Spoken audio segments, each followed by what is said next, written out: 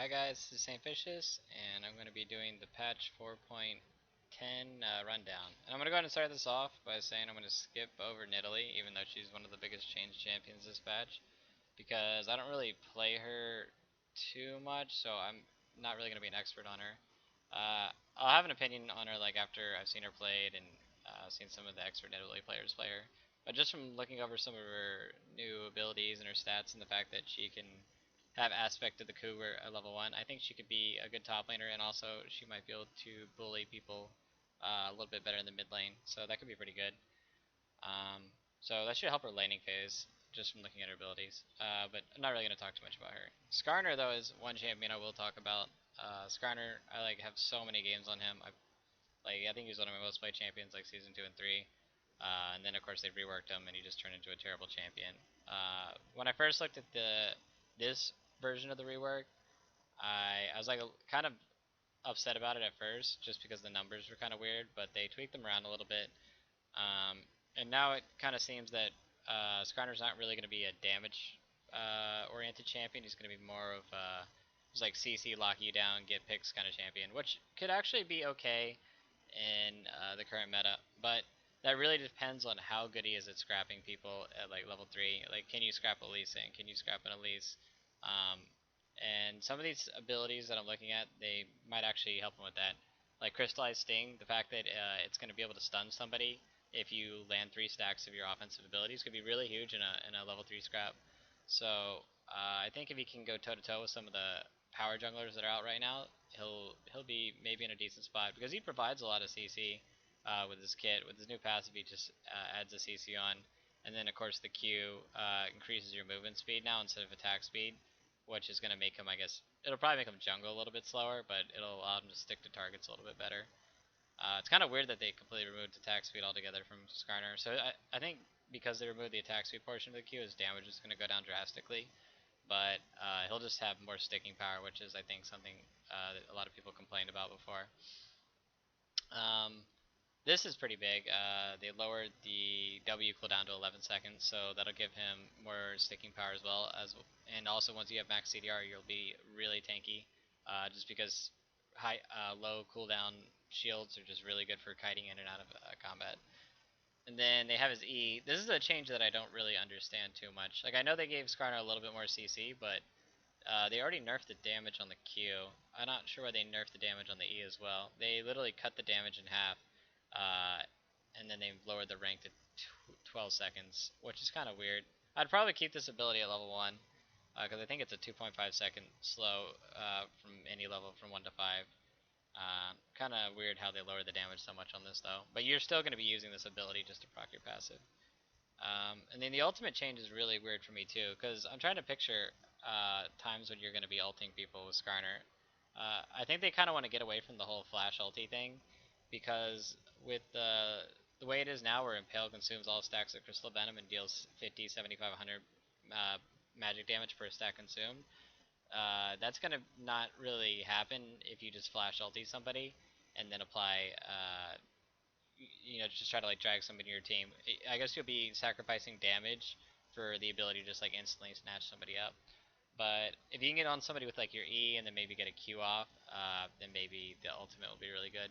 And one thing I'm actually not too sure about on this is, you know how you can Q when you're in your ultimate, like once or twice, depending on your CDR?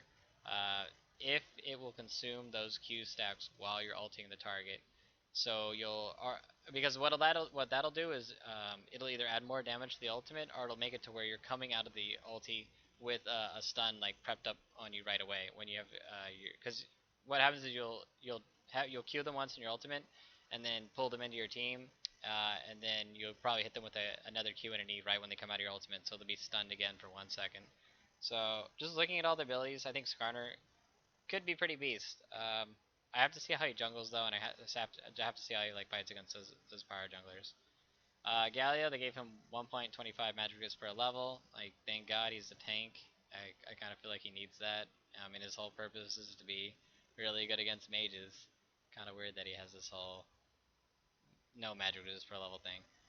Gragas, they fixed a bug. Gragas no longer loses damage reduction if he's interrupted during his drink. That's pretty cool, I guess. That's like not really that big a deal though. Just bug fixes for Karthus. This is really big. LeBlanc. The Sigil of Malice. Well, it basically it used to be Sigil of Silence, and now it doesn't silence anymore. I think that this one is gonna like really put LeBlanc into the ground. I don't want to say she's gonna be unplayable, but she's gonna fall really hard from being a top level pick. Uh, Taking away just her ability to silence really limits your pick potential, because now you can just flash away, and you can also use your jump abilities to get away from the chains. You can't silence people so they can't get away. I don't know. She'll still do the same damage, I guess, but there's going to be more counterplay to her. So I'll see if some of the top people are still playing her. I guess if you have enough damage, the silence doesn't matter because you can just one-shot them anyways, but that means you'd have to snowball in the first place. This is such a weird change. The Lucian nerf is bonus attack damage ratio and the W got cut in half. Like, I don't feel like Lucian's really broken aspect is his W. Like, he has a lot of broken things about him. His Q is a very good trading tool and it can trade through minions. His ultimate is a really low cooldown and extremely high base damage and scaling. His E is like one of the best escape tools in the game, and he has one of the best passives in the game. I don't feel like the W is what's making him broken here. Like, it's a good thing and it'll tone down his damage a little bit, but I don't think that's going to be that big a deal. I guess what this means is if you had a BT, it's going to lower the damage by like, what, 30 or something like that? I don't know. I'm too lazy to do math right now. Alright, Pantheon, we got Grand Skyfall fixed a bug where Pantheon could use summoner spells before landing. Most notably, Flash could be used before landing, reposition Pantheon's landing damage area. I think it's kind of dumb that they removed this bug because I think it added a little bit of, I don't want to say skill to Pantheon, but it gives him options with his ultimate. Uh, if you want to trade your Flash to get a really clutch initiate, or if you want to just hold on to it for once you land. So I don't like that they removed that. Sivir, they increased her base mana, and mana per level got increased, and then her mana regen got increased even more. It didn't feel like mana was Sivir's real problem. I felt that she can't really hard carry late game was her problem. But interesting mana changes. Thresh, Clarity now displays the correct buff icon. That's really weird. What do we got? Rocket Jump, lowered the mana at all ranks. Okay, and then they fixed it. Now more accurately checks for nearby landing spots when jumping close to or over walls. So maybe you won't have that problem where you like just face plant into the wall with Tristana, which is pretty hilarious when you try to come around corners. Buster Shot range now scales with level. I thought it already did. That's weird. I thought all of her abilities did. Okay. Well, maybe I was wrong. That's weird. New icons have been added for all his abilities. Whoop-de-doo-dah, Tryndamere. Twitch. This is a big one because Twitch is the other really superpowered AD carry. They lowered the true damage by 1 point on the early ranks and then 2 points in the high rank of his Deadly Venom, which is pretty nice. Like, it'll lower his trading ability in lane and make his laning a little bit weaker, but I don't think he's going to be like that much weaker. And then Ambush, time to stealth without taking damage, it got lowered to 1.5 or it got raised to 1.5 seconds. And then maximum time to stealth while taking damage is now 6 seconds instead of 3. This is going to be really good for if you get on top of Twitch and you gank him or something like that. You'll be able to finish him off a lot easier and you won't be able to slip away. But I still think Twitch is going to be a really strong champion just because he has really high pick potential and his late game ultimate is just insane with like how much damage it does. It just like destroys people. So I actually like the changes they did to Twitch, and I don't think that they hit him too hard where he's not going to be terrible. I think he's still going to be a good champion. Zed. Deathmark. Zed no longer teleports to a random location if he deathmarks someone who's in the middle of a dash. Oh yeah, I saw that. There's like a video about that. So maybe he'll be playable in the LCS again. Who knows? Offensive physical itemization. So these are the real big changes. All the item changes in this. They added this weird item. You gain 2 to 8% of the damage dealt by basic attacks as mana's effect increase based on how much mana you are missing, and the plus 50 AD, plus 10% lifesteal, and plus 10% CDR. And it's 2,650 gold. Like, that's such an expensive item for the stats you're getting here. I think I would just rather go for a Black Cleaver or something. Like, I'm looking at champions that I would possibly build this on, and I can't really think of any good AD casters that I would warrant getting this over any of the other power items for 2,700 gold. Yeah, I can't really justify getting this item. Maybe a Actually, not. I can't justify it. So this is the big change. Doran's blade base attacks no longer restore health on hit, and new lifesteal give 3%, and then the health has been reduced to 70, and the attack damage reduced to 7. So I think the new path people are gonna start going is they'll probably get like two Doran's blades or something, or maybe like a Doran's blade into the Vamp Scepter, and then they'll just sit on the Vamp Scepter. Because you see items like Bilgewater Cutlass, they give the same amount of lifesteal as the basic Vamp Scepter, and then uh, of course, BT is gonna give more lifesteal overall. It's gonna be 15%, and then what is it? Blade of the Rune King's 10% also, so it's only 2% more than keeping the item at the base. So people will probably go two Doran's Blades into Infinity Edge. Like that's what I think the new build is gonna be. Because then they nerfed the item maximum health damage now 15% got lowered to 10%. Damn. So they hit Blade of the Rune King's active by 5%. That's pretty big. And the active ability now steals 25% movement speed. That's pretty big too. They hurt the catching or the kiting potential with it. And the catching potential. Current health damage per hit now 8%. So it does more damage on per hit, but now it does less damage on the burst. And then they also lower the lifesteal. Hmm. That's pretty high. 8% of current health damage per hit. That's gonna like shred tanks pretty hard, especially on your opening hits. I think Blade of the Rune King still be a great item. That may be one of the build paths. Uh, it'll either be double Dorans into IE or maybe Blade of the Rune King. Because I'm looking at BT, and now it's only 80 attack damage, but before it, of course, be 100 if you full stacked it. And then also the lifesteal is 15%. Um, they put this weird shield on your lifesteal can now overheal, granting a bloody shield that absorbs 15 to 150 damage based on champion level. The shield decays when out of combat. So I guess this is when you come into lane and you proc the lifesteal thing, and maybe you can use this to trade and like whittle down your lane. Um, but I'm looking at this item. I mean, it's 3,500 gold now. They increased the price on it. It's really close to Infinity Edge's cost. Uh, I think Infinity Edge is going to be a better item. It's just going to scale better overall. Because they also buffed Infinity Edge on this patch to now be 80 damage rather than 70. So just Infinity Edge is a better item overall now, I think. And then another, yeah, because the BF Sword is now 50 also. They upped that. I thought they increased the cost on this. I guess they never went through with the changes on this. So BF Sword is now 50 damage, and all items that BF Sword build into are now 80 damage, like Mercurial Scimitar, Infinity Edge, and Bloodthirster. So they made Mercurial Scimitar cost 100 more gold, but they gave it an extra 20 AD. I think that's a pretty massive buff. That's like, what is it? Long swords are 400 gold and they give 10 AD, so pretty good cost effectiveness increase. Attack speed items. Dude, Riot loves attack speed. They got such a hard on for it. Uh, Dagger is now 450 gold and it gives 15%. That's weird. Berserkers now cost 1,000 gold and they're 25% attack speed. I think that's just to make it a better late game item or in slot item. Zeal is now 1,100 gold and 20% attack speed. So they lowered the cost on that. So Zeal is just a better item overall now. Wit's End is 50% attack speed and costs 2,500 gold. That's just way too expensive for. I mean, I don't know. Wit's End is just like way too situational of an item. Still not something I would want to get.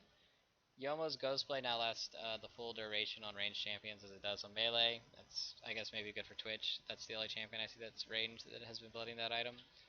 Let's see, Warden's Mail. This is a huge nerf. I can't stress this enough. This is so huge. Warden's Mail passive cold steel attack speed reduction has now went from 15% to 10%. And then on top of it, when the Random's Omen, when you change it in, the passive cold steel no longer reduces attackers' movement speed. That's so huge because it's going to be really hard to kite people around as a tank or to like catch 80 carries that are hitting you. Because before you'd proc the randoms and then you would chase down the 80 carry and get on them and kill them.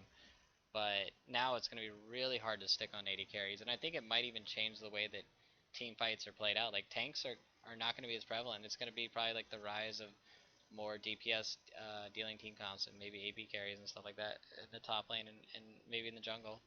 We'll see. But this is pretty huge random nerfs, especially on top of the fact that they buffed Infinity Edge and they buffed attack speed. So auto attacking champions are going to be way better, like Tristana and things like that, and Caitlyn. So uh, this is a big buff to attack-based AD carries, and a huge nerf to tanks. Support and ability power itemization. This item is really weird. Your heals and shields on another unit grants them 25% attack speed. So this would apply to like Thresh Shield or like Soraka Ultimate. There's a bunch of ways you could proc this 25% attack speed. And it also gives 8% movement speed and 30 AP. So uh, it costs 2200 gold and it's 10% CDR. It's a pretty expensive item, and it gives kind of like unique stats. I'm sure it could be a niche pick on some champions and maybe some team comps, but 25% attack speed's still kind of like a weird stat to give somebody. Uh, Not sure I'm gonna see a lot of that item over some of the other picks. Like I could buy his Ardent Sensor item, or I could get Mikhail's Crucible, which they just raised the price to 2450. Really huge price cost increase, and then they justify it by mana regen increase. Like who gives a fuck about that? And then they added CDR to the item. 10% CDR is pretty nice, but the item is still really expensive now. And I think it should definitely be a 2400 gold item. Like people were rushing it in the lane, like 1600 gold. A support can get that on like their fourth or fifth back sometimes if they're snowballing, and that could just completely like crush the way mid game is played because you can just crucible people that get caught.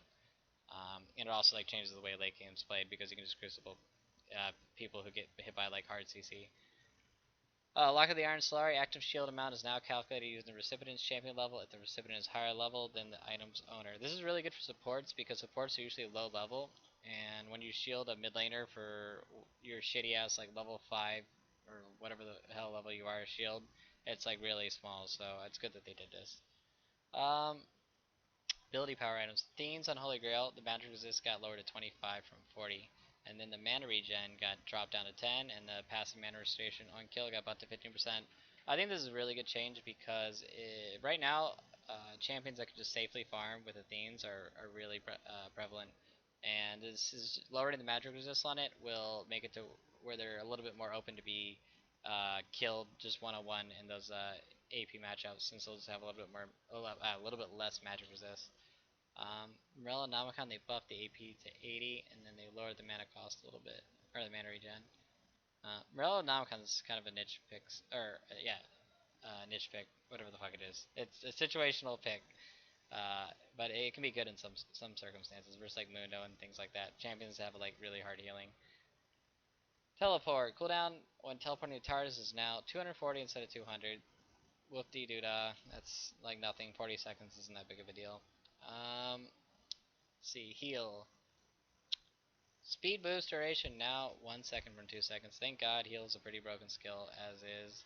It'll make killing 80 carries a little bit easier. Fixed the bug where exhaust did not grant assist when used against slow targets. Okay, that's weird. Or slow immune targets. Reinforced armor, summoners, or dragon.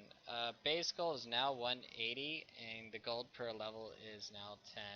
This is like a big thing, I guess, for competitive play because the team that I think this is to make it to where you don't want to 2v1. Riot doesn't like 2v1, I don't think.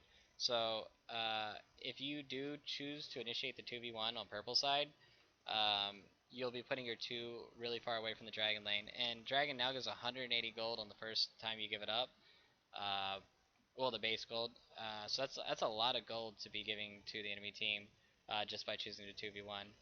There are ways of defending dragon when you're 2v1ing, but just being on the bot side to start off with makes it really easy to defend it. So I think this change is gonna tone down 2v1ing a little bit. They buff bots, who cares? Rank duo queue, who cares? Team builder, who cares? Bug fixes. And new skin, that's finally it. Damn, that actually took a while. Anyways, thanks for watching the patch notes rundown. I hope you guys liked it. I might talk about Nidalee on my Twitter once I've seen her in some games. But thanks for checking it out.